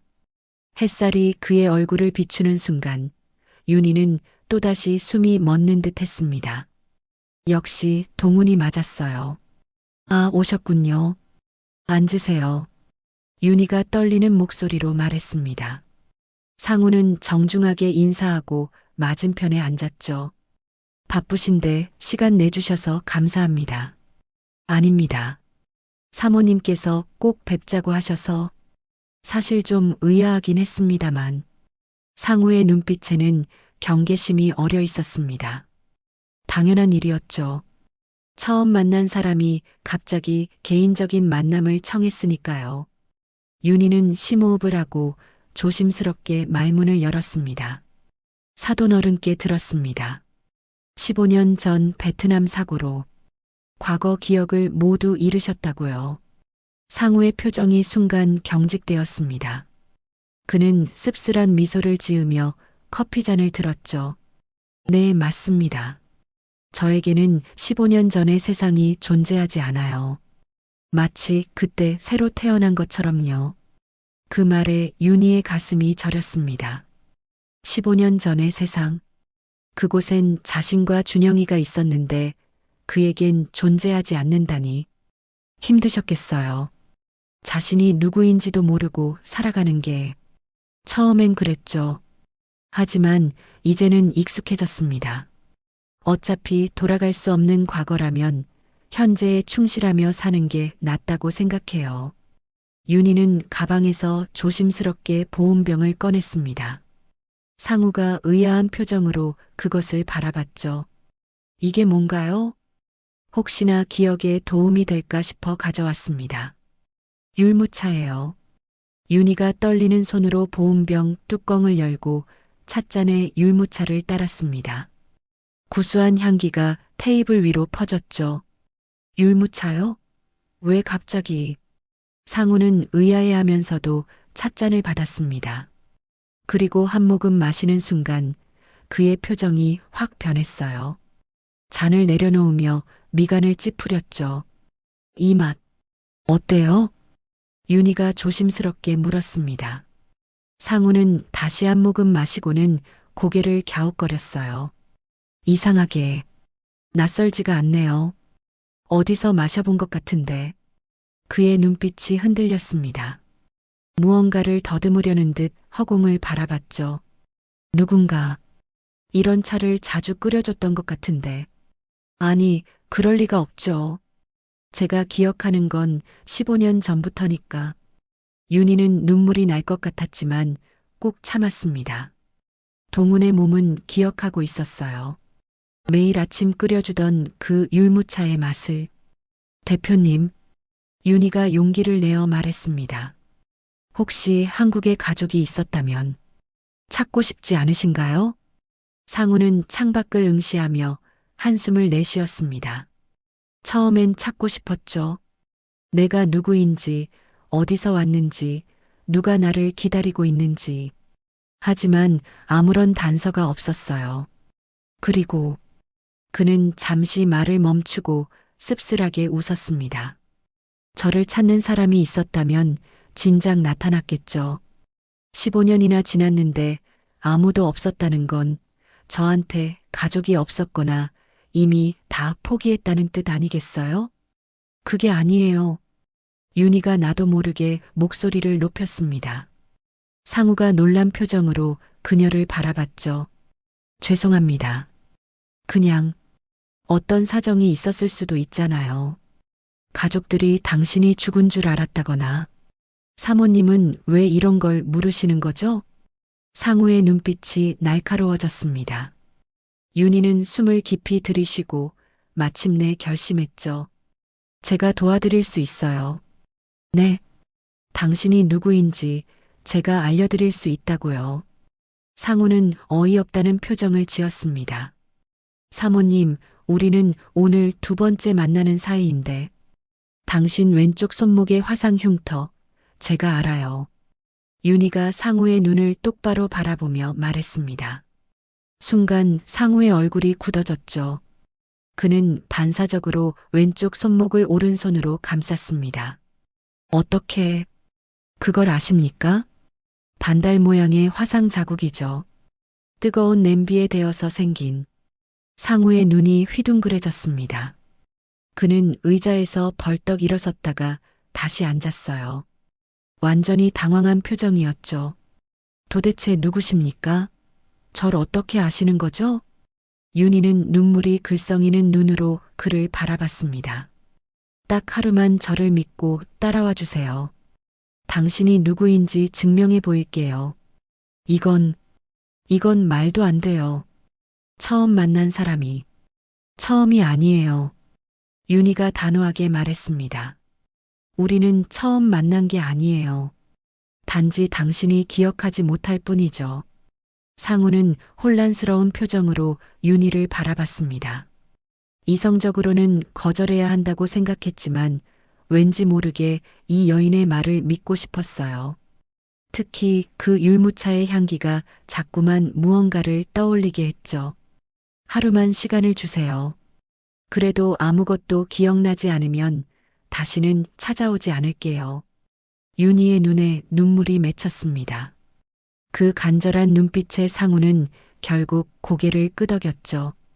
좋습니다. 하지만 오늘 하루뿐입니다. 감사합니다. 정말 감사합니다. 윤희는 급히 자리에서 일어났습니다. 상우도 따라 일어나며 물었죠. 어디로 가는 겁니까? 집으로요. 당신이 살았던 집으로. 두 사람은 호텔을 나와 주차장으로 향했습니다. 윤희가 차키를 꺼내자 상우가 말했어요. 제가 운전할까요? 손이 많이 떨리시는 것 같은데. 괜찮아요. 길을 아니까 제가 할게요. 윤희는 운전석에 앉아 시동을 걸었습니다. 상우가 조수석에 앉자 차 안에는 묘한 긴장감이 흘렀죠. 윤희는 상우를 희끗 봤습니다. 불안한 표정으로 창밖을 보는 그의 모습이 왠지 안쓰러웠어요. 멀어요? 아니요. 성북동이니까 30분이면 돼요. 차는 도심을 벗어나 성북동으로 향했습니다. 가는 내내 두 사람은 아무 말도 하지 않았어요. 상우는 지나가는 풍경을 보며 무언가를 떠올리려 애쓰는 듯했고 윤희는 떨리는 마음을 진정시키려 핸들을 꽉 잡고 있었죠. 차가 성북동 언덕길 입구에 들어서자 상우의 표정이 미묘하게 변했습니다. 윤희가 곁눈질로 그를 살폈어요. 왜 그러세요? 아니, 그냥 이 길이 왠지 낯익은 것 같아서. 상우는 불안하게 눈동자를 굴렸습니다. 무언가가 머릿속을 스치고 지나가는 듯 했지만 명확하게 잡히지는 않았죠. 정말 제가 여기 살았던 겁니까? 네. 15년 전까지는요. 윤희는 가슴이 답답해져 넥타이를 느슨하게 푸는 상우를 보며 희망을 품었습니다. 그의 몸은 기억하고 있었어요. 이 길을, 이 동네를, 그리고 어쩌면 자신과의 추억도 기억하고 있을지 몰라요. 조금만 더 가면 우리 집이야. 거기서라면 분명 뭔가 기억날 거야. 윤희는 속으로 간절히 기도하며 엑셀러레이터를 밟았습니다. 차는 성북동 언덕 아래 좁은 골목 입구에 멈춰 섰습니다. 윤희가 시동을 끄자 차 안에 묵직한 정적이 흘렀죠. 상우는 창밖을 내다보며 미간을 찌푸렸습니다. 낯선 풍경인데도 왠지 모를 기시감이 온몸을 휘감았거든요. 여기서 내리셔야 해요. 차가 들어갈 수 없는 골목이라서요. 윤희의 목소리에 상우는 천천히 고개를 끄덕이고 차에서 내렸습니다. 발을 디딘 순간 낡은 아스팔트의 감촉이 발바닥을 통해 전해졌죠. 상우는 잠시 그 자리에 서서 주변을 둘러봤습니다. 가파른 언덕길 양옆으로 오래된 주택들이 다닥다닥 붙어 있었어요. 담벼락에는 세월의 흔적이 고스란히 남아 있었고 전봇대에는 빛바랜 전단지들이 너덜거리고 있었죠. 윤희가 먼저 걸음을 떼자 상우도 그녀를 따라 언덕을 오르기 시작했습니다. 조심하세요. 길이 고르지 않아서요. 윤희가 뒤돌아보며 말했습니다. 하지만 상우는 이미 움푹 패인 보도블록을 자연스럽게 피해 걷고 있었어요. 마치 이 길을 수백 번도 넘게 걸어본 사람처럼요. 윤희는 그 모습을 보며 가슴이 철렁했습니다. 동훈이 매일 저녁 퇴근할 때면 똑같이 저 자리를 피해 걸었거든요. 빗물이 고여 늘 질척했던 그 자리를요. 상우는 자신도 모르게 발걸음을 옮기다가 문득 멈춰 섰습니다. 왼쪽 세 번째 집 앞 감나무가 눈에 들어왔어요. 가을이면 주렁주렁 열리던 홍시의 단맛이 혀끝에 맴도는 것 같았죠. 하지만 왜 그런 감각이 느껴지는지는 알 수 없었습니다. 대표님? 윤희가 조심스럽게 불렀습니다. 상우는 고개를 저으며 다시 걸음을 옮겼죠. 아닙니다. 그저 이 동네가 낯설지 않아서요. 두 사람은 말없이 언덕을 올랐습니다. 골목 끝에 다다르자 녹슨 파란 대문이 보였어요. 페인트가 벗겨진 철문에는 세월의 흔적이 역력했죠. 윤희는 그 앞에서 멈춰 섰습니다. 여기가 대표님이 살았던 집이에요. 윤희의 목소리가 떨렸습니다. 상우는 천천히 대문을 바라봤죠. 그런데 이상했습니다. 가슴속에서 무언가가 꿈틀거리기 시작했어요. 상우의 발걸음이 저절로 대문 쪽으로 향했습니다. 윤희가 미처 말릴 새도 없이 그의 손이 문고리에 닿았어요. 차갑고 거친 쇠 표면의 감촉이 손바닥에 전해졌죠. 순간 상우의 머릿속에 희미한 영상이 스쳐 지나갔습니다. 이 대문을 여는 손, 녹슨 소리를 내며 열리는 문짝, 마당에서 뛰어나오는 작은 그림자. 상우는 머리를 감싸쥐며 신음을 흘렸습니다. 지끈거리는 두통이 몰려왔죠. 대표님, 괜찮으세요? 윤희가 황급히 다가와 상우의 팔을 잡았습니다. 상우는 가쁜 숨을 몰아쉬며 고개를 들었어요. 이 집을 알고 있는 것 같은 기분이 듭니다. 상우의 목소리에는 혼란과 두려움이 뒤섞여 있었습니다. 그는 자신의 손을 내려다봤어요. 문고리를 잡았던 손이 미세하게 떨리고 있었죠. 몸이 기억하고 있는 것 같아요. 어떻게 이런 일이. 윤희는 아무 말도 할 수 없었습니다. 그저 눈물을 삼키며 상우의 반응을 지켜봤죠. 남편의 몸이 기억하고 있었어요. 15년이라는 긴 세월에도 지워지지 않은 기억이 그의 몸속 깊은 곳에 살아있었던 거예요. 들어가 보시겠어요? 윤희가 떨리는 목소리로 물었습니다. 상우는 잠시 망설이다가 고개를 끄덕였죠. 윤희가 열쇠로 대문을 열자 삐걱거리는 소리와 함께 문이 열렸습니다. 작은 마당에는 빨랫줄이 쳐져 있었고 구석에는 화분 몇 개가 놓여 있었어요. 평범한 서민들의 집이었죠. 상우는 마당을 천천히 둘러봤습니다. 여기서 제가 살았다는 겁니까? 네. 당신이 떠나기 전까지요. 윤희의 대답에 상우는 깊은 한숨을 내쉬었습니다. 믿기지 않았지만 부정할 수도 없었어요. 온몸의 세포가 이곳을 기억하고 있다고 속삭이고 있었으니까요. 시간이 흘러 점심때가 되었습니다.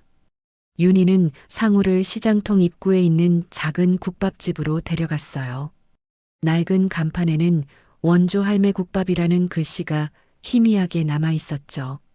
여기는 대표님이 제일 좋아하던 곳이에요. 주말이면 꼭 여기 와서 해장국 드셨거든요.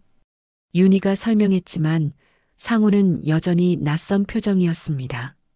두 사람은 구석 자리에 마주 앉았죠. 어서 오세요. 어머, 윤희 씨 아니에요? 주방에서 나온 할머니가 윤희를 알아보고 반갑게 인사했습니다. 70대 후반으로 보이는 할머니는 상우를 보더니 순간 멈칫했어요. 이 양반, 혹시? 아니요, 할머니. 그냥 아는 분이에요. 국밥 둘 주세요. 윤희가 재빨리 말을 끊었습니다. 할머니는 의아한 표정을 지었지만 더 이상 묻지 않고 주방으로 들어갔죠. 잠시 후 김이 모락모락 나는 국밥이 나왔습니다. 뜨끈한 육수에서 고소한 냄새가 피어올랐죠. 상우는 숟가락을 들었다가 문득 손을 멈췄습니다. 뭔가가 부족한 것 같았어요. 상우의 시선이 테이블 가운데 놓인 양념통으로 향했습니다. 다대기, 소금, 후추, 다진 마늘. 그의 손이 저절로 다대기통을 집어들었어요. 윤희는 숨을 죽이고 그 모습을 지켜봤습니다. 상우는 마치 수십 번 해본 동작처럼 자연스럽게 다대기를 떠서 국물에 넣기 시작했어요. 하나, 둘, 셋. 정확히 3스푼이었습니다. 그리고는 깍두기 국물을 2숟가락 떠서 부었죠. 모든 동작이 동훈과 똑같았습니다. 상우는 국을 1숟가락 떠서 입에 넣었습니다. 뜨끈하고 얼큰한 맛이 입안에 퍼졌죠. 그 순간 이상한 감각이 몰려왔어요. 이 맛을 안다는 느낌. 수없이 먹어본 것 같은 익숙함. 식성은 기억을 잃어도 그대로네요. 윤희가 울먹이는 목소리로 말했습니다. 눈가에 눈물이 맺혀 있었죠. 상우는 그제야 자신이 무의식적으로 한 행동을 깨달았습니다. 손에 든 숟가락을 천천히 내려놓으며 윤희를 바라봤어요. 저에게 이런 습관이 있었다는 말입니까? 상우의 음성에는 경계와 의문이 뒤섞여 있었습니다. 믿고 싶지 않았지만 부정할 수도 없는 증거였어요. 그래요. 늘 그렇게 드셨어요. 다대기 3스푼에 깍두기 국물 2스푼.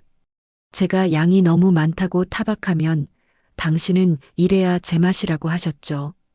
윤희의 말에 상우는 다시 국그릇을 내려다봤습니다. 빨갛게 물든 국물이 그를 빤히 쳐다보는 것 같았어요. 어떻게 이럴 수가. 상우는 두 손으로 얼굴을 감쌌습니다. 머릿속이 복잡했어요. 이성으로는 받아들일 수 없는 일들이 계속 일어나고 있었거든요. 하지만 몸은 알고 있었습니다. 이 맛을, 이 향기를, 이 공간을 온몸의 세포가 기억하고 있었어요. 두 사람은 말없이 식사를 마쳤습니다. 무거운 침묵만이 테이블 위를 맴돌았죠. 국밥집을 나온 두 사람은 천천히 골목길을 걸었습니다. 윤희가 멈춰선 곳은 동네 놀이터였어요. 낡은 그네와 미끄럼틀, 녹슨 철봉이 있는 작은 놀이터였죠. 여기는 대표님이 자주 오셨던 놀이터입니다. 윤희가 벤치를 가리키며 말했습니다. 상우는 그 벤치에 천천히 앉았어요. 윤희도 그 옆에 나란히 앉았죠.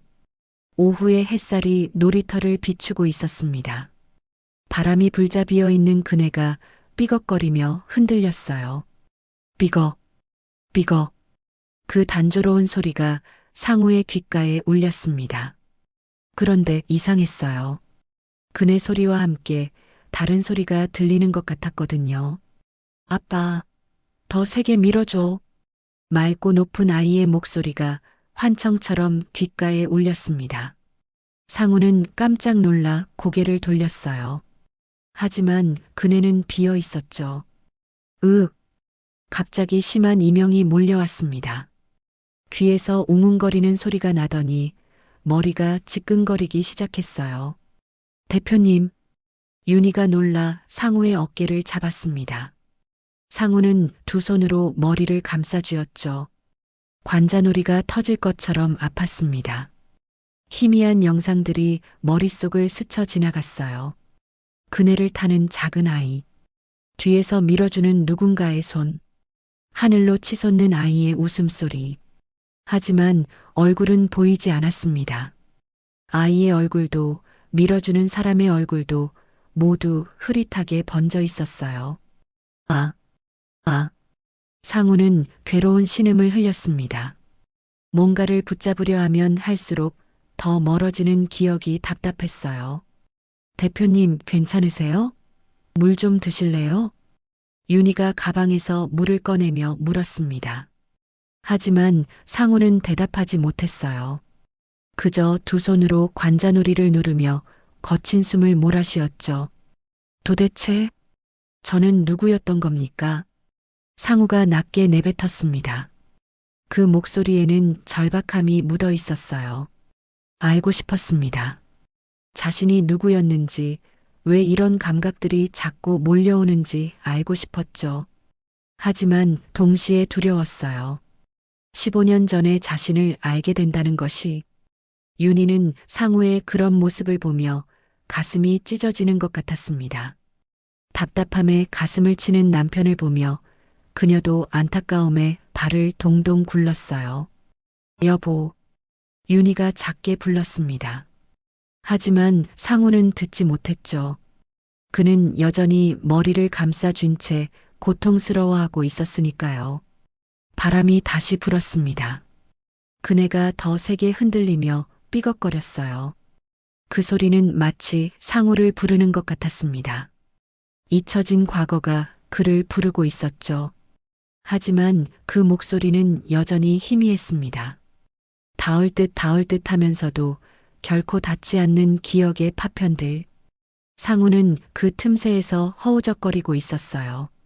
두 사람은 한참을 말없이 벤치에 앉아 있었습니다. 그때 윤희가 천천히 가방을 열었어요. 손이 너무 떨려서 지퍼를 여는 것조차 쉽지 않았죠. 가방 안쪽 주머니에서 낡은 사진 한 장을 꺼냈습니다. 플라스틱 커버에 쌓인 사진은 세월의 흔적으로 모서리가 약간 발해 있었어요. 윤희는 그 사진을 꺼내며 손이 더욱 떨렸습니다. 이것이 마지막 기회일지도 모른다는 생각이 들었거든요. 대표님, 윤희가 떨리는 목소리로 불렀습니다. 상우는 고개를 들어 그녀를 바라봤어요. 이걸 보여드려야 할 것 같아요. 윤희는 사진을 두 손으로 받쳐들었습니다. 상우는 그 사진을 보는 순간 숨이 멎는 듯 했어요. 사진 속에는 세 사람이 환하게 웃고 있었습니다. 중학교 교복을 입은 소년이 가운데 서 있고 양옆으로 남자와 여자가 소년의 어깨에 손을 올리고 있었죠. 배경에는 입학을 축하합니다라는 현수막이 보였습니다. 이건 상우의 목소리가 떨렸습니다. 사진 속 여자는 지금보다 훨씬 젊은 윤희였어요. 그리고 옆에 서 있는 남자는 자세히 보세요. 윤희가 사진을 상우의 손에 쥐어주며 말했습니다. 그녀의 손가락 끝이 차갑게 떨리고 있었죠. 당신이잖아요. 상우는 사진을 받아들고 가까이 들여다봤습니다. 사진 속 남자의 얼굴이 점점 선명해졌어요. 광대뼈가 살짝 나온 것, 눈꼬리가 약간 처진 것, 오뚝한 콧날. 모든 것이 지금 거울에 비친 자신의 얼굴과 똑같았습니다. 토시 하나 틀리지 않았어요. 아니, 이건 상우의 손이 거칠게 떨리기 시작했습니다. 사진이 그의 손 안에서 바들바들 떨렸죠. 그는 믿을 수가 없었어요. 하지만 증거는 명백했습니다. 사진 속 남자는 자신이었어요. 15년보다 더 이전의 자신이었죠. 이게 정말 저란 말입니까? 상우가 떨리는 목소리로 물었습니다. 윤희는 눈물을 참으며 고개를 끄덕였어요. 네, 이건 준영이 중학교 입학식 날 찍은 사진이에요. 당신이 베트남으로 떠나기 1년 전쯤이었죠. 윤희의 목소리도 떨리고 있었습니다. 그녀는 사진 속 남편의 얼굴을 가리켰어요. 여기 보세요. 왼쪽 손목에 시계 차고 계시죠? 제가 결혼기념일에 선물한 시계예요. 그리고 이 넥타이는 그만하십시오. 상우가 윤희의 말을 끊었습니다. 그의 목소리에는 혼란과 두려움이 가득했어요. 상우는 사진과 자신의 손을 번갈아 바라봤습니다. 오른손 검지에 있는 작은 점. 사진 속 남자의 손에도 똑같은 위치에 점이 있었어요. 왼쪽 귓불이 약간 큰 것도, 입꼬리의 미세한 비대칭도 모두 일치했습니다. 부정할 수 없는 증거였죠. 저에게. 상우가 입을 열었다가 다시 닫았습니다. 목구멍이 바짝 말라 있었어요. 그는 힘겹게 다시 말을 이었습니다. 저에게 아내가, 아들이 있었단 말입니까? 그 말이 입 밖으로 나오는 순간 상우는 현실감을 잃는 것 같았습니다. 머리가 핑 도는 것 같았어요. 자신에게 가족이 있었다는 사실, 사랑하는 사람들이 있었다는 사실, 그 모든 게 15년 동안 기억 저편에 묻혀 있었다는 게 믿기지 않았습니다. 윤희는 떨리는 손으로 눈물을 닦았습니다. 그리고 상우의 눈을 똑바로 바라보며 말했어요. 맞아요. 윤희의 목소리는 작았지만 단호했습니다. 당신은 제 남편이에요. 박동훈. 그게 당신의 이름이에요. 상우의 동공이 거칠게 흔들렸습니다. 박동훈. 그 이름을 듣는 순간 가슴 깊은 곳에서 무언가가 울렸어요. 하지만 여전히 명확하지 않았습니다. 안개 속을 헤매는 것 같았죠. 저는 박동훈. 상우가 그 이름을 중얼거렸습니다. 낯설면서도 왠지 익숙한 이름이었어요.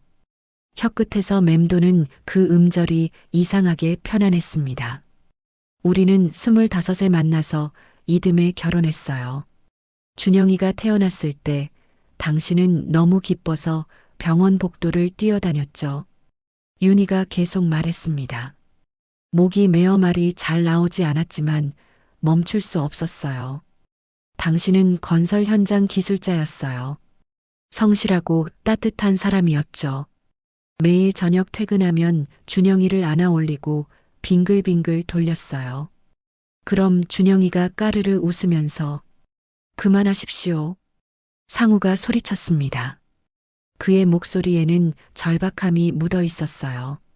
더 이상 들을 수가 없었습니다. 들으면 들을수록 가슴이 찢어지는 것 같았거든요. 상우는 벤치에서 일어섰습니다. 비틀거리는 걸음으로 몇 발자국 물러났어요.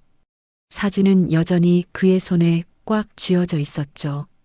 사진 속 남자는 행복해 보입니다. 상우가 떨리는 목소리로 말했습니다. 하지만 저는 아무것도 기억하지 못합니다. 이 아이의 얼굴도 당신의 목소리도 우리가 함께했다는 시간도 아무것도. 상우의 목소리가 점점 작아졌습니다. 그는 두 손으로 얼굴을 감쌌어요. 어깨가 작게 떨렸죠.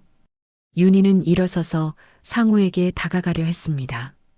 하지만 상우가 손을 들어 제지했어요. 다가오지 마십시오. 상우가 간신히 말했습니다. 그의 목소리는 이제 거의 들릴 듯 말 듯 했어요. 지금은 아무것도 정리가 되지 않습니다.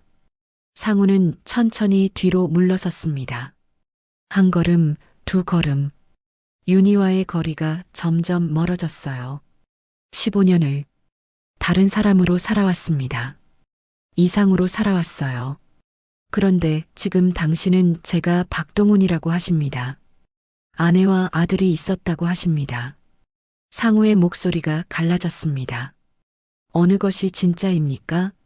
이상우가 진짜입니까? 박동훈이 진짜입니까? 저는 도대체 누구란 말입니까? 그 외침에는 깊은 고통이 담겨 있었습니다.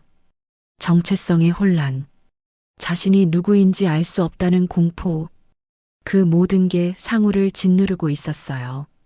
윤희는 더 이상 참을 수 없었습니다. 눈물이 주르륵 흘러내렸어요. 당신은 박동훈이에요. 제 남편이고 준영이의 아버지예요. 15년 전 사고로 기억을 잃었을 뿐이에요. 하지만 당신은 여전히 박동훈이에요. 윤희의 목소리는 떨렸지만 확고했습니다. 당신의 몸이 기억하고 있잖아요. 이 집을, 이 동네를, 국밥 먹는 습관을, 모든 걸 기억하고 있잖아요. 하지만 상우는 고개를 저었습니다. 몸이 기억한다고 해서 제가 그 사람이 되는 건 아닙니다. 상우는 가슴을 쳤습니다. 여기에 아무것도 없어요. 당신이 말하는 그 추억도 사랑도 아무것도 느껴지지 않습니다. 그저 텅 비어 있을 뿐이에요. 그 말에 윤희의 가슴이 무너졌습니다. 남편이 자신 앞에 서 있는데 그는 자신을 기억하지 못했어요. 함께했던 모든 순간이, 나눴던 모든 사랑이 그에게는 존재하지 않았죠. 잠시만. 상우가 낮은 목소리로 말했습니다. 시간을 주십시오. 제 머릿속이 너무 복잡합니다. 정리가 필요합니다. 상우는 사진을 꽉 쥔 채 몸을 돌렸습니다. 놀이터 출구 쪽으로 걸음을 옮기기 시작했어요. 걸음걸이가 불안정했습니다. 마치 중심을 잃은 사람처럼요. 대표님, 윤희가 그를 불렀습니다. 손을 뻗었지만 상우는 너무 멀리 있었어요. 제발, 가지 마세요. 제가 도와드릴게요. 기억을 되찾을 수 있도록. 하지만 상우는 멈추지 않았습니다. 그는 계속 걸었어요. 비틀거리면서도 앞으로만 나아갔죠. 윤희는 그 뒷모습을 바라보며 한 걸음도 옮기지 못했습니다. 다리에 힘이 풀려 주저앉을 것 같았어요. 가슴이 너무 아팠습니다. 숨을 쉬는 것조차 힘들었죠. 상우의 모습이 점점 작아졌습니다. 놀이터 출구를 지나 골목길로 사라져가고 있었어요. 그는 사진을 꽉 쥔 채 방향도 제대로 잡지 못한 듯 휘청거리며 걸었습니다. 여보, 윤희가 작게 불렀습니다. 하지만 상우는 듣지 못했어요. 아니, 들었어도 돌아보지 않았을 거예요. 윤희의 다리가 휘청거렸습니다. 그녀는 결국 그 자리에 주저앉고 말았어요. 벤치도 잡지 못하고 그냥 놀이터 바닥에 털썩 주저앉았죠. 여보, 동훈 씨. 윤희가 두 손으로 얼굴을 감싸고 울기 시작했습니다. 목 놓아 우는 소리가 텅 빈 놀이터에 울려 퍼졌어요. 15년 만에 다시 만난 남편. 하지만 그는 자신을 기억하지 못했습니다. 함께했던 모든 시간이 그에게는 존재하지 않았어요. 윤희는 바닥에 주저앉아 한없이 울었습니다. 오후의 햇살이 그녀를 비추고 있었지만 그 빛은 너무나 차가웠어요. 저 멀리서 상우의 뒷모습이 완전히 사라졌습니다. 골목길 모퉁이를 돌아보이지 않게 되었죠. 하지만 그의 손에는 여전히 사진이 쥐어져 있었어요. 세 사람이 환하게 웃고 있는 그 사진이요. 바람이 불었습니다. 그네가 다시 삐걱거리며 흔들렸어요. 하지만 이제 놀이터에는 윤희만 남아 있었습니다. 홀로 주저앉아 우는 여인만이요. 그날 밤 상우는 호텔방으로 돌아왔습니다. 정확히는 이상우라는 이름으로 예약된 호텔이었죠. 하지만 그는 자신이 누구인지 더 이상 확신할 수 없었어요. 방문을 닫는 순간 다리에 힘이 풀려 그 자리에 주저앉았습니다. 등을 문에 기댄 채 거친 숨을 몰아쉬었죠. 손에는 여전히 그 사진이 쥐어져 있었어요. 상우는 천천히 사진을 펼쳤습니다. 조명 아래서 다시 들여다봤죠. 사진 속 세 사람의 얼굴이 또렷하게 보였습니다. 환하게 웃고 있는 남자. 그게 자신이라는 게 믿기지 않았어요. 옆에 서 있는 여자, 윤희. 그녀의 눈빛에는 사랑이 가득했습니다. 그리고 가운데 서 있는 소년. 준영이라고 했죠. 내 아들. 상우가 중얼거렸습니다.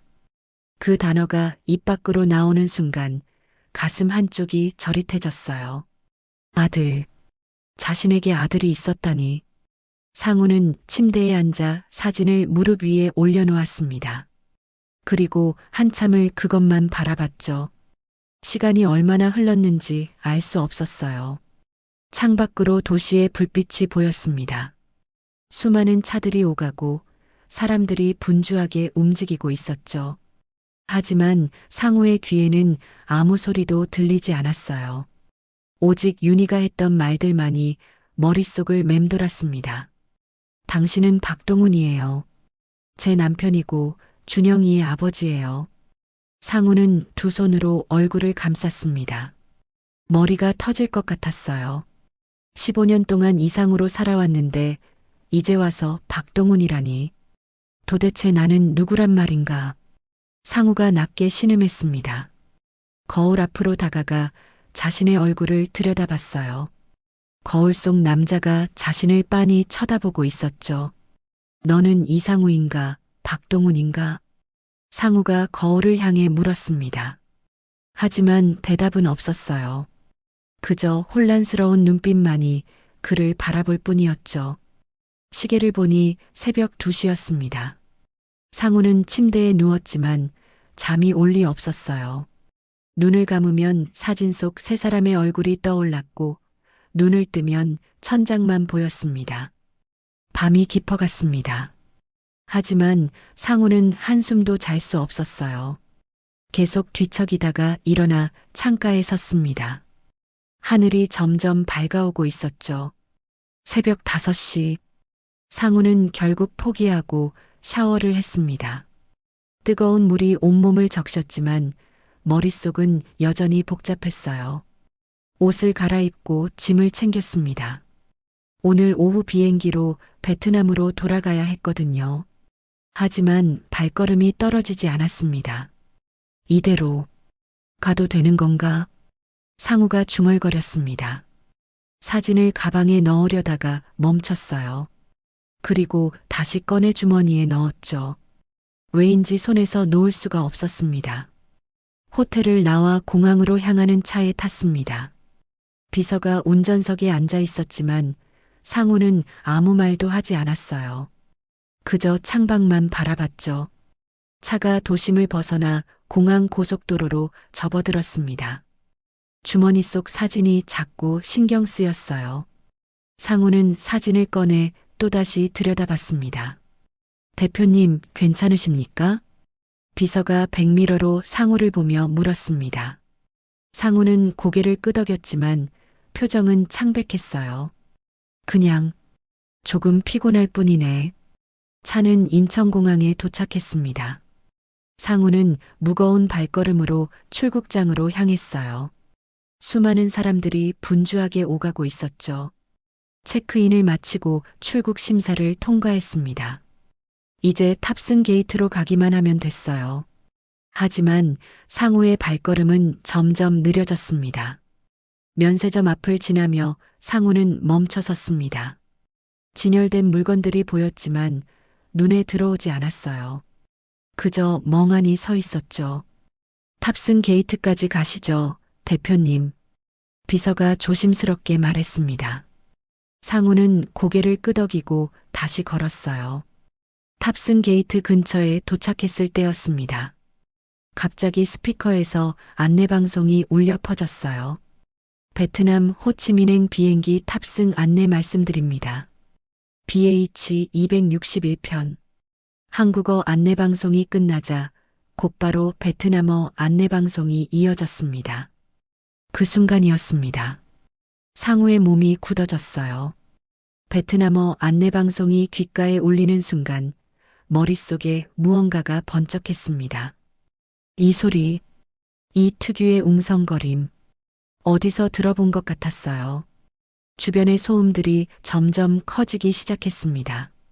얼굴 앞에서 누군가의 여권을 흔들던 직원의 모습, 호치민행 탑승구는 저쪽입니다라고 외치던 공항 직원의 목소리, 출근용 가방을 한 손에 들고 다른 손에는 가족 사진을 쥔 채 초조하게 줄을 서 있던 바로 그날 공항의 풍경이 스쳤어요. 출국장 유리병 너머로 보이던 아침 햇살, 마지막으로 사진을 바라보며 스스로에게 중얼거렸던 말. 이번 일만 끝나면 더 행복하게 해줄게. 꼭. 그 순간 가슴 깊은 곳이 따끔하게 저렸습니다. 잊어버렸다고 생각했던 그 말, 지켜주지 못한 약속이 마치 벼락처럼 되살아났어요. 상우는 머리를 감싸쥐며 그 자리에 주저앉았습니다. 비서가 놀라 달려왔지만 상우는 손을 들어 제지했어요. 괜찮아. 잠깐만. 하지만 괜찮지 않았습니다. 머릿속에서 무언가가 폭발하는 것 같았어요.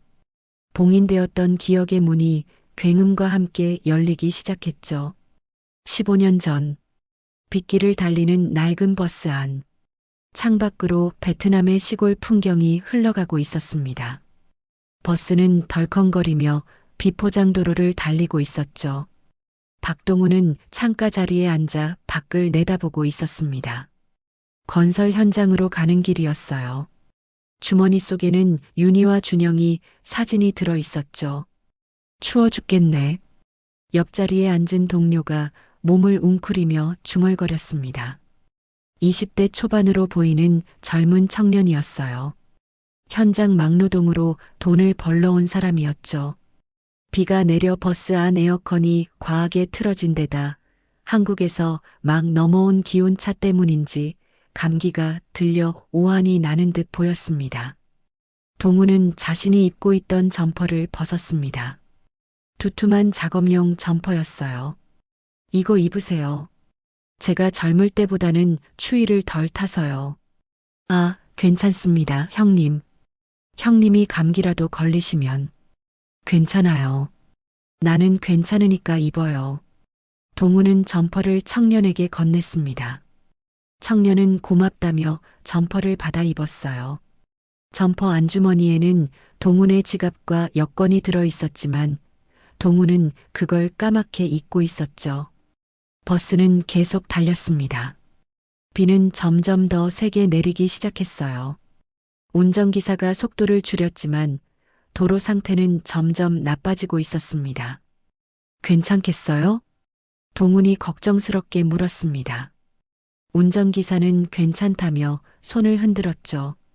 하지만 그 순간이었습니다. 커브길을 도는 순간 버스가 미끄러지기 시작했어요. 운전기사가 급히 핸들을 꺾었지만 소용없었습니다. 위험해. 누군가의 외침과 함께 버스가 전복되기 시작했습니다. 굉음이 울려 퍼졌어요. 사람들의 비명소리, 유리창 깨지는 소리, 모든 게 한순간에 일어났죠. 동우는 창문 밖으로 튕겨나갔습니다. 몸이 공중으로 날아가더니 빗물로 불어난 도랑물 속으로 떨어졌어요. 차가운 물살이 몸을 훑고 지나가며 온몸이 휩쓸릴 것 같았죠. 머리를 세게 부딪히는 순간 의식이 흐려지기 시작했습니다. 마지막으로 본 것은 전복된 버스에서 피어오르는 연기였어요. 그리고 자신이 입혀준 점퍼를 입은 청년의 모습이었죠. 청년은 움직이지 않고 있었습니다. 젖은 점퍼 주머니에서 무언가가 빠져나와 있었어요. 동훈의 지갑이었죠. 아, 안 돼. 동훈이 손을 뻗으려 했지만 물살이 몸을 잡아끄는 바람에 움직일 수가 없었습니다. 시야가 흔들리고 의식이 점점 멀어져 갔어요. 그리고 모든 게 암흑 속으로 빠져들었습니다. 그래, 그때 공항 바닥에 주저앉은 상우가 중얼거렸습니다. 모든 기억이 돌아왔어요. 퍼즐 조각들이 맞춰지기 시작했죠. 점퍼를 입은 청년이 즉사했고 주머니 속 여권 때문에 그가 박동훈으로 오인되어 사망 처리됐던 겁니다. 그리고 정작 박동훈은 물살에 떠밀려 사고 지점에서 멀리 떨어진 곳에서 발견되어 기억을 잃은 채 살아남았죠. 내가 박동훈이었어. 상우의 눈에서 눈물이 흘러내렸습니다. 모든 게 선명하게 떠올랐어요. 윤희의 얼굴, 준영이의 웃음소리, 함께했던 모든 순간들. 윤희, 준영아. 상우는 주머니에서 사진을 꺼냈습니다. 떨리는 손으로 사진을 바라봤어요. 이제는 알 수 있었습니다. 사진 속 사람들이 누구인지를. 그들은 자신의 가족이었어요. 사랑하는 아내이자 소중한 아들이었죠. 대표님, 괜찮으십니까? 비서가 다급하게 물었습니다. 하지만 상우는 대답하지 않았어요. 그는 벌떡 일어나 뛰기 시작했습니다. 대표님, 어디 가십니까? 비행기가. 미안하네. 나는 집에 가야 하네. 상우가 뒤돌아보며 외쳤습니다. 상우는 출국장을 빠져나가기 시작했습니다. 사람들이 놀라 그를 쳐다봤지만 신경 쓰지 않았어요. 오직 한 곳만 향했죠. 입국장 쪽으로 뛰었습니다. 출국 심사를 취소하고 다시 입국장으로 나왔어요. 가슴이 터질 것 같았습니다. 윤희야, 기다려. 내가 갈게. 내가 돌아갈게. 상우는, 아니, 이제는 동훈이라고 불러야 할 그는 공항 밖으로 뛰쳐나갔습니다. 택시 승강장으로 달려가 택시를 잡았어요. 성북동으로 가주세요. 최대한 빨리요. 택시가 출발했습니다. 동훈은 뒷좌석에 앉아 사진을 꼭 쥐었어요. 눈물이 멈추지 않았습니다. 15년. 너무 오래 걸렸습니다. 하지만 이제는 알았어요. 자신이 누구인지, 어디로 가야 하는지. 기다려, 윤희야. 조금만 기다려. 택시는 성북동을 향해 달렸습니다. 동훈의 가슴은 미친 듯이 뛰고 있었어요. 15년 만에 집으로 돌아가는 길이었죠. 손님, 급하신 일 있으세요? 택시기사가 백미러로 동훈을 보며 물었습니다. 동훈의 얼굴이 창백하고 눈물로 범벅이 되어 있었거든요. 네. 15년 만에 집에 가는 길입니다. 동훈의 목소리가 떨렸습니다. 15년. 그 긴 세월이 이제야 끝나고 있었어요. 15년이요? 그럼 가족분들이 얼마나 기다리셨겠습니까? 기사의 말에 동훈은 고개를 끄덕였습니다. 손에 쥔 사진을 내려다봤어요. 사진 속 윤희와 준영이가 환하게 웃고 있었죠. 윤희야, 얼마나 힘들었을까? 혼자서 준영이를 키우느라 얼마나 고생했을까? 동훈의 가슴이 저렸습니다. 자신이 없는 동안 윤희가 감당해야 했을 고통이 느껴졌어요. 아들의 성장을 지켜보지 못한 것도, 아내의 곁을 지키지 못한 것도 모두 자신의 잘못처럼 느껴졌죠. 택시는 한강대교를 건넜습니다. 강물이 햇살을 받아 반짝이고 있었어요. 서울의 풍경이 창밖으로 스쳐 지나갔죠. 그 옷을 벗어주지 말았어야 했는데. 동훈이 중얼거렸습니다. 점퍼를 벗어준 그 순간이 모든 비극의 시작이었어요. 선희가 이런 결과를 가져올 줄은 꿈에도 몰랐죠. 하지만 다시 돌아왔으니까. 이제 다시 시작할 수 있으니까. 동훈은 주먹을 꽉 쥐었습니다. 잃어버린 15년은 되돌릴 수 없었어요.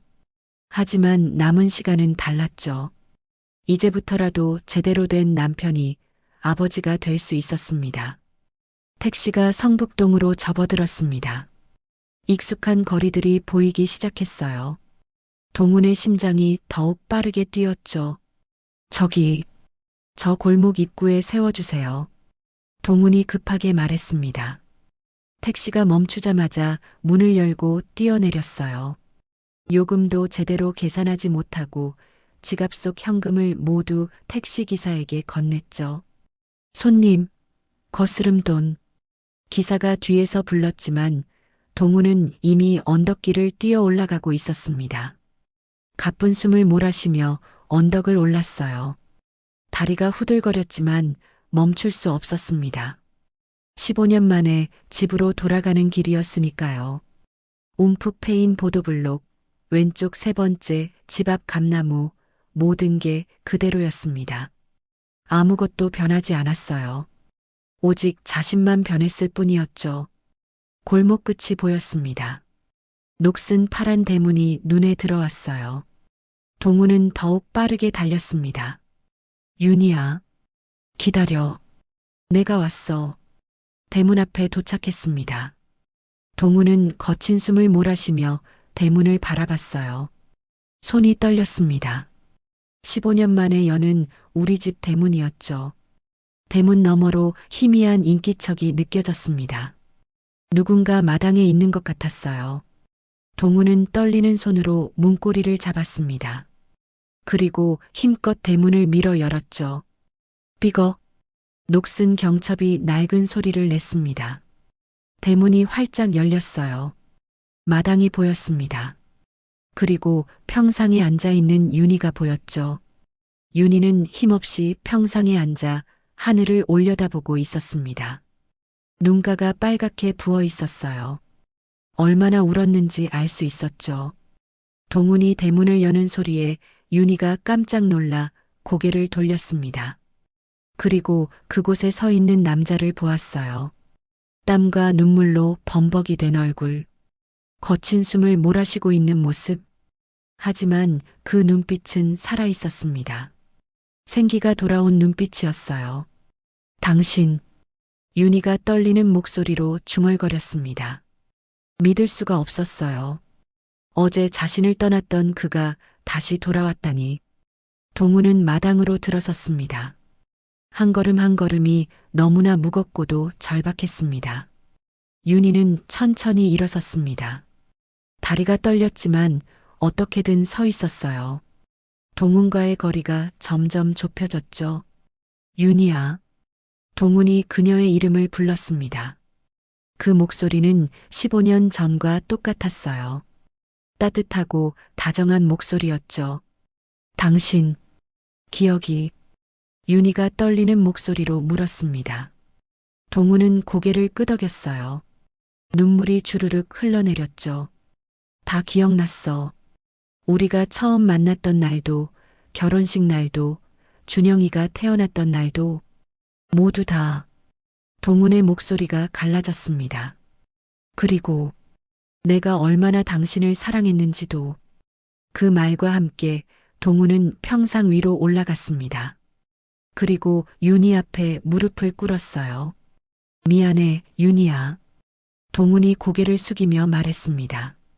눈물이 평상 위로 똑똑 떨어졌어요. 점퍼를 벗어주지 말았어야 했는데. 그랬다면 이런 일이, 당신과 준영이가 이렇게 고생하는 일이 없었을 텐데. 동훈의 어깨가 떨렸습니다. 15년의 세월이 쏟아져 내렸어요. 혼자 준영이를 키우느라 얼마나 힘들었을까. 밤마다 얼마나 울었을까. 나는 아무것도 몰랐어. 기억조차 못했어. 윤희는 더 이상 참을 수 없었습니다. 무릎을 꿇은 동훈의 얼굴을 두 손으로 감싸쥐었어요. 고개 들어 나 좀 봐. 윤희의 목소리도 떨리고 있었습니다. 동훈이 천천히 고개를 들었어요. 두 사람의 눈이 마주쳤죠. 살아왔구나. 윤희가 떨리는 목소리로 말했습니다. 내 남편이 살아서 돌아왔구나. 그 말과 함께 윤희는 동훈을 끌어안았습니다. 15년 만에 느끼는 남편의 온기였어요. 동훈도 윤희를 꽉 안았습니다. 마치 놓치면 다시는 잡을 수 없을 것처럼 힘껏 안았죠. 미안해. 정말 미안해. 동훈이 윤희의 등을 쓰다듬으며 계속 사과했습니다. 윤희는 고개를 저었어요. 미안하긴. 살아서 돌아왔는데 뭐가 미안해. 살아줘서 고마워. 정말 고마워. 윤희의 목소리가 흐느껴 나왔습니다. 그녀는 동훈의 얼굴을 어루만졌어요. 눈썹도, 눈도, 코도, 입도 모두 만져봤죠. 꿈이 아닌지 확인하고 싶었습니다. 진짜구나. 진짜 당신이구나. 그래, 나야. 윤희야, 나 박동훈이야. 두 사람은 서로를 부서지도록 꽉 껴안았습니다. 마당 가득 울음소리가 메아리 쳤어요. 15년. 너무나 긴 세월이었습니다. 죽음도 기억상실도 그 어떤 것도 이 두 사람을 갈라놓을 수 없었어요. 동우는 윤희를 아는 채 그녀의 머리를 쓰다듬었습니다. 손끝에 느껴지는 머리카락의 감촉이 너무나 소중했어요. 늙었지? 15년이나 지났는데. 윤희가 울먹이며 말했습니다. 동우는 고개를 저었어요. 아니야. 여전히 아름다워. 내가 사랑한 그 모습 그대로야. 동훈이 윤희의 눈물을 닦아주며 말했습니다. 윤희는 동훈의 손을 잡아 자신의 뺨에 갖다 댔어요. 따뜻해. 살아있는 사람의 온기야. 그래, 나 살아있어. 이제 다시는 떠나지 않을 거야. 동훈이 윤희의 이마에 입을 맞췄습니다. 부드럽고 조심스러운 입맞춤이었어요. 두 사람은 한참을 그렇게 서로를 껴안고 있었습니다. 시간이 멈춘 것 같았어요. 15년의 공백이 천천히 메워지고 있었죠. 준영이는 우리 아들은 어떻게 지내고 있어? 동훈이 조심스럽게 물었습니다. 윤희가 눈물을 닦으며 대답했어요. 잘 컸어. 당신 닮아서 착하고 성실하게 자랐어. 변호사가 됐고 당신이 받듯이 결혼도 했어. 변호사, 우리 아들이. 동훈의 눈에 또다시 눈물이 고였습니다. 자랑스러움과 미안함이 동시에 몰려왔어요. 보고 싶다. 준영이. 곧 돌아올 거야. 신혼여행 갔다가 이번 주에 돌아와. 윤희가 동훈의 손을 꽉 잡으며 말했습니다. 그때까지 기다려줄 수 있지? 이번엔 정말 기다려줄 수 있지? 동훈은 윤희의 손을 두 손으로 감싸쥐었습니다. 물론이야. 평생이라도 기다릴 거야. 이제는 절대 떠나지 않을 거니까. 두 사람은 다시 한번 서로를 껴안았습니다. 마당의 빨랫줄이 바람에 흔들렸고 화분의 꽃들이 향기를 내뿜었어요. 모든 게 평화로웠습니다. 15년 만에 찾아온 진정한 평화였죠. 집에 왔구나. 드디어 집에 왔어. 동훈이 작게 중얼거렸습니다. 윤희가 고개를 들어 그를 바라봤어요. 응, 당신 집에 왔어. 우리 집에. 두 사람은 서로를 바라보며 미소 지었습니다. 눈물이 가득했지만 그 미소는 행복으로 가득했어요. 기적 같은 귀환이었습니다. 15년의 세월을 건너 마침내 집으로 돌아온 남자. 그리고 그를 끝까지 기다려준 여자. 두 사람의 이야기는 이제 새로운 장을 열고 있었습니다. 며칠이 흘렀습니다. 윤희와 동훈은 집에서 조용히 시간을 보냈어요. 15년의 공백을 조금씩 메워가고 있었죠. 동훈은 집 안구석구석을 둘러봤습니다. 모든 게 기억 속 그대로였어요. 부엌의 찬장, 거실의 소파, 작은 베란다. 손때 묻은 가구들이 세월의 흔적을 간직하고 있었죠. 준영이 방은 그대로 두었어. 윤희가 작은 방문을 열며 말했습니다. 동훈이 안을 들여다봤어요. 책상 위에는 대학 졸업 사진이 놓여 있었고 벽에는 오래된 포스터들이 붙어 있었죠. 여기서 공부했겠구나. 동훈이 책상을 쓰다듬으며 말했습니다.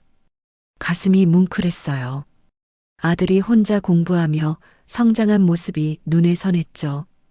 밤늦게까지 불 켜고 공부했어. 엄마 걱정 끼치지 않으려고 얼마나 열심히 했는지. 윤희의 목소리가 떨렸습니다. 동훈은 그녀의 손을 잡았어요. 고생 많았어. 혼자서. 이제 혼자가 아니잖아. 윤희가 동훈을 바라보며 미소 지었습니다. 동훈도 미소로 답했죠. 그날 저녁 윤희의 휴대폰이 울렸습니다. 어머니, 저 준영이에요. 내일 오후에 들어갈게요. 아들의 목소리에 윤희는 순간 숨이 막혔습니다. 내일이면 준영이가 아버지를 만나게 되는 거예요. 그래, 알았어. 조심히 와. 전화를 끊고 윤희는 동훈을 바라봤습니다. 동훈도 들었는지 긴장한 표정이었어요. 내일 준영이를 만나는 거지? 응. 준비됐어? 윤희가 조심스럽게 물었습니다. 동훈은 깊은 숨을 들이쉬었어요. 모르겠어. 어떻게 해야 할지. 괜찮아. 준영이도 아빠를 그리워했을 거야. 윤희가 동훈의 손을 꽉 잡았습니다. 다음 날 오후, 윤희는 아침부터 집안을 정리하고 음식을 준비했어요. 동훈은 거실에 앉아 창밖을 바라보고 있었죠. 손에 땀이 났습니다. 너무 긴장하지 마. 윤희가 동훈의 어깨를 다독였습니다. 하지만 동훈의 긴장은 쉽게 풀리지 않았어요. 오후 3시쯤 대문 밖에서 차 소리가 들렸습니다.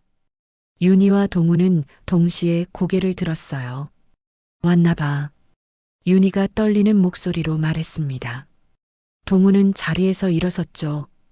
현관문이 열리는 소리가 들렸습니다. 어머니, 다녀왔습니다. 준영의 밝은 목소리가 들려왔어요.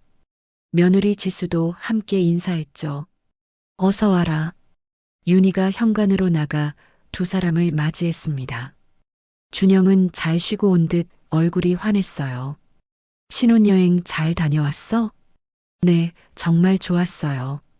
어머니는? 준영이 거실을 보다가 멈칫했습니다. 낯선 중년 남자가 서 있었거든요. 아니, 낯설지 않았습니다. 준영의 얼굴이 하얗게 질렸어요. 손에 들고 있던 가방이 바닥에 떨어졌죠. 아버지? 떨리는 목소리로 중얼거렸습니다. 믿을 수 없었어요. 15년 전 장례식장에서 영정사진으로 봤던 그 얼굴.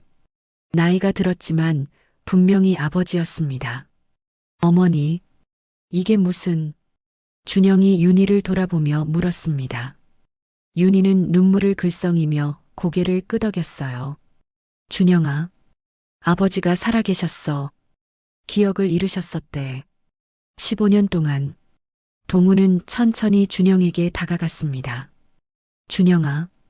동훈이 떨리는 목소리로 아들의 이름을 불렀습니다. 아빠가 돌아왔다. 그 목소리를 듣는 순간 준영의 눈에서 눈물이 쏟아졌습니다.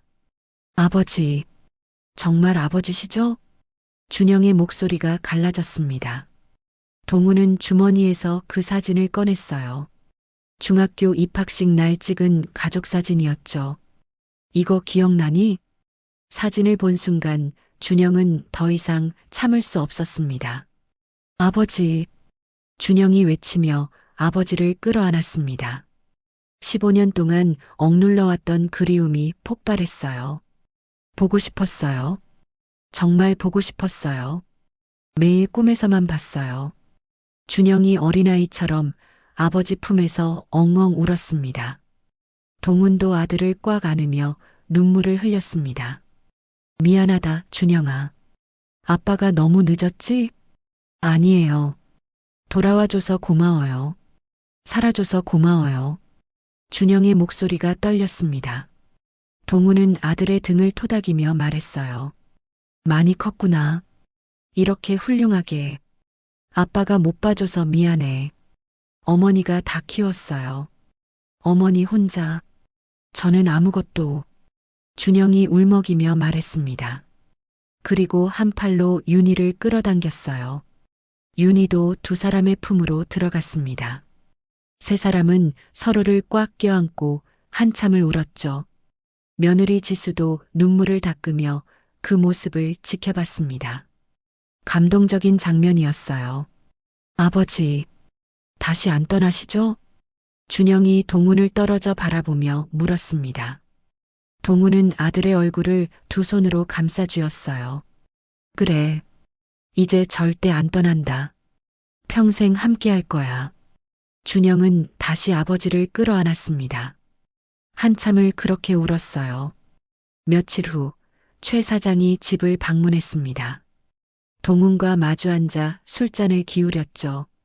자네가 내 사돈이었다니. 최 사장이 감탄하며 말했습니다. 세상에 이런 인연이 어디 있나? 내 목숨을 구해준 사람이 내 사돈이라니. 동훈도 술잔을 들며 웃었습니다. 저야말로 감사드립니다. 사장님 덕분에 다시 살 수 있었으니까요. 살아줘서 고맙네. 정말로. 최 사장이 진심 어린 목소리로 말했습니다. 자네 신분 회복 문제는 내가 도와주겠네. 법률팀 총동원해서 빨리 처리하도록 하지. 감사합니다, 사장님. 사장님은 무슨, 이제 가족이자는가. 두 사람은 술잔을 부딪혔습니다. 사업 파트너를 넘어 진정한 가족이 된 순간이었어요. 1년이 흘렀습니다. 법적 절차를 거쳐 동훈은 다시 박동훈이라는 이름을 되찾았어요. 사망 처리됐던 신분도 회복했죠. 어느 봄날 가족들은 사진관을 찾았습니다. 새로운 가족 사진을 찍기 위해서였어요. 자, 다들 준비되셨죠? 사진사가 카메라를 조정하며 물었습니다. 동훈과 윤희, 준영과 지수, 네 사람이 카메라 앞에 섰어요. 동훈은 윤희의 손을 꽉 잡았습니다. 놓지 않을 거라는 듯이요. 윤희도 동훈의 손을 꼭 잡았죠. 준영은 아버지의 어깨에 손을 올렸습니다. 지수는 시어머니 옆에 서서 환하게 웃었어요. 자, 웃으세요. 하나, 둘, 셋. 플래시가 터졌습니다. 네 사람의 환한 웃음이 사진 속에 담겼어요. 행복한 가족의 모습이었죠. 사진관을 나서며 윤희가 동훈의 팔짱을 꼈습니다. 행복해. 윤희가 작게 말했습니다. 동훈이 그녀를 바라보며 미소 지었어요. 나도 정말 행복해. 따뜻한 봄 햇살이 네 사람을 비추고 있었습니다. 새로 돋아난 나뭇잎들이 바람에 흔들렸고 꽃향기가 거리에 가득했어요. 동훈은 걸으며 하늘을 올려다봤습니다. 구름 한 점 없는 맑은 하늘이었어요. 감사합니다. 다시 돌아올 수 있게 해주셔서 마음속으로 기도했습니다. 그리고 다시 가족들을 바라봤죠. 준영이 아내 지수와 손을 잡고 걷고 있었어요. 윤희는 동훈의 팔에 기대어 행복한 미소를 짓고 있었죠. 모든 게 완벽했습니다. 아버지, 저기 식당 가요. 배고파요. 준영이 앞서가며 말했습니다. 동훈이 웃으며 대답했어요. 그래, 가자. 오늘은 아빠가 쏜다. 네 사람은 웃으며 식당으로 향했습니다. 15년의 긴 이별을 끝내고 가족은 다시 하나가 되었습니다.